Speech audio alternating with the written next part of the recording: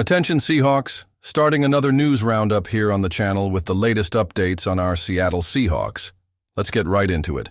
Always fast, straight to the point, and packed with the most up-to-date news about the Hawks. If you're new here, subscribe to the channel. We drop videos every day, so you won't miss a thing. And don't forget to hit the like button to support the channel and keep these updates coming. To kick off today's updates, the Seattle Seahawks are actively working behind the scenes to strengthen their roster for the 2025 season. One of the team's top priorities this offseason is improving the offensive line. As we all know, QB protection was a major weakness last season, and the front office is determined to fix that. According to Marcus Mosher from the 33rd team, the AD Seahawks should consider signing veteran James Daniels, former Pittsburgh Steelers offensive lineman, to bolster the unit. Daniels is an experienced player and has proven to be a reliable force in the NFL. However, he is coming off a serious Achilles injury, raising concerns about his health. At 27 years old, James Daniels was a key part of the Steelers' O-line in recent seasons, playing a crucial role in pass protection and run blocking. He was a full-time starter in Pittsburgh, appearing in 32 of 34 games between 2022 and 2023. Unfortunately, in 2024, an Achilles injury sidelined him after just 4 games, leading the Steelers to let him hit free agency. Originally drafted by the Chicago Bears in the second round of the 2018 NFL Draft, Daniels spent 4 seasons in Chicago before joining Pittsburgh in 2022. Now he's looking for a new team to prove he can still play at a high level, and Seattle could be a great landing spot.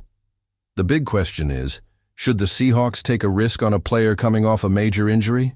Or would it be wiser to focus on the NFL draft for O-line reinforcements? This is a dilemma the Seahawks front office will need to address in the coming weeks. One thing is clear, Seattle must improve its offensive line immediately, and Daniels could be a viable option, especially if he accepts a short-term, low-risk deal.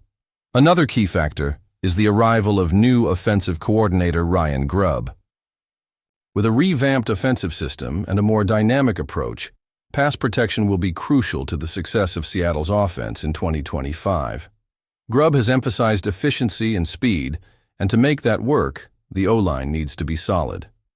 The Seahawks have multiple options to upgrade their O-line. Aside from James Daniels, other free agents are available, and Seattle could also invest in a young prospect through the draft. The team has valuable picks and could target a promising guard or center to develop throughout the season. NFL free agency officially begins on March 12th, and expectations are high that Seattle will be active in the market. Could we see James Daniels wearing the Seahawks blue and green next season? Or will Seattle look elsewhere for reinforcements?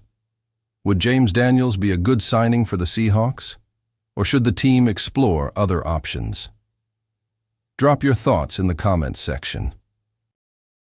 Switching gears to another breaking update, the future of quarterback Geno Smith. The 34-year-old veteran is coming off his best season in terms of passing yards, but his future in Seattle remains uncertain. He still has 1 year left on his contract, but there's growing speculation that he could be traded before the 2025 season. According to Cody Benjamin of CBS Sports, the Seahawks are considering trading Geno Smith, and one of the most likely destinations could be the Las Vegas Raiders. Why?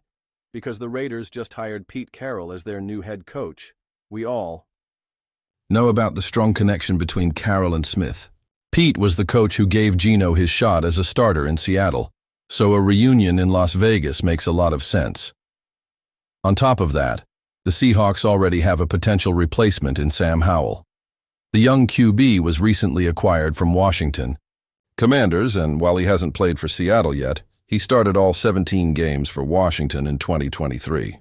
The Seahawks front office may want to give Howell more playing time this season to see if he can be the future of the franchise. Another major factor is the NFL draft.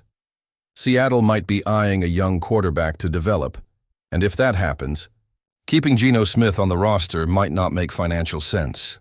The Seahawks still owe Geno $75 million, and trading him would free up cap space to sign other key players.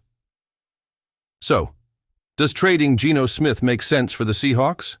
If Seattle moves on from him, will Sam Howell be the answer? Or should the team draft a new QB? This decision could completely reshape the franchise's future. I want to hear from you.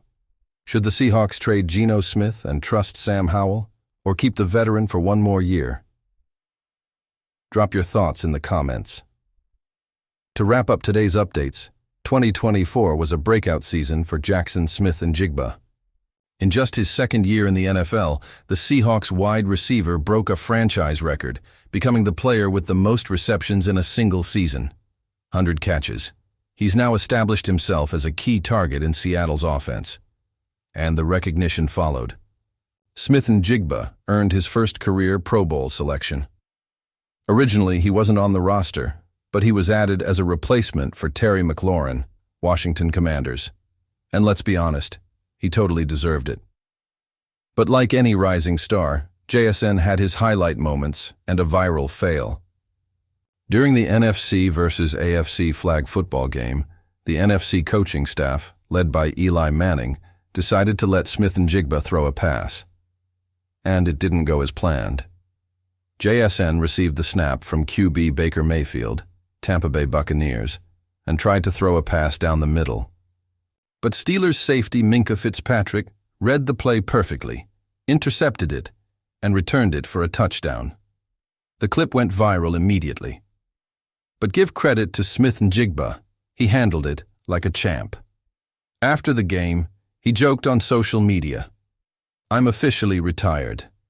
Then he replied to his own post, "From playing quarterback." At least he laughed it off. And let's be real, he may not be a QB, but as a WR, he's a star in the making. Despite the interception, JSN had a great Pro Bowl performance. He's CT, scored a 46-yard touchdown and was a key factor in the NFC's 76-63 win over the AFC. In just 2 seasons in the NFL, JSN has already racked up 163 receptions, 1,758 yards, 10 touchdowns. That's elite production. Now, the big question is, does Smith-Njigba have what it takes to be the Seahawks' WR1 in the future? Can he become Seattle's go-to receiver and dominate the league? Let me know what you think in the comments. Enjoyed the video? Hit the like button, subscribe to the channel. It's super important. Thanks for all the support, and let's go Seahawks. Stay tuned for more updates.